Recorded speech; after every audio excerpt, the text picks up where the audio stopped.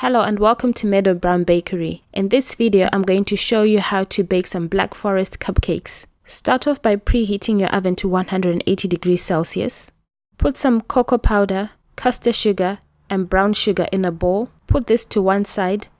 Put some coffee granules in some hot water and stir to dissolve. Pour into the sugar mixture and put this to one side. In a separate bowl, add in plain yogurt and vegetable oil. Add in the egg and whisk this together. Pour this mixture into the sugar mixture and then add in the baking powder and flour. Whisk this until it's nice and smooth.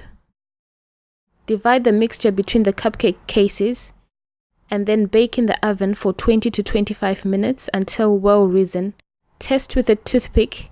If it comes out clean, they are ready. Put the cupcakes on a cooling rack and leave to cool completely. When they've completely cooled down, it's time to decorate them. To watch how to decorate them, click on the link above where I show you how to core and decorate the cupcakes. And that's it. Thanks for watching and see you again soon. For more videos like this, visit my website www.meadowbrownbakery.com. Please like and subscribe to my channel.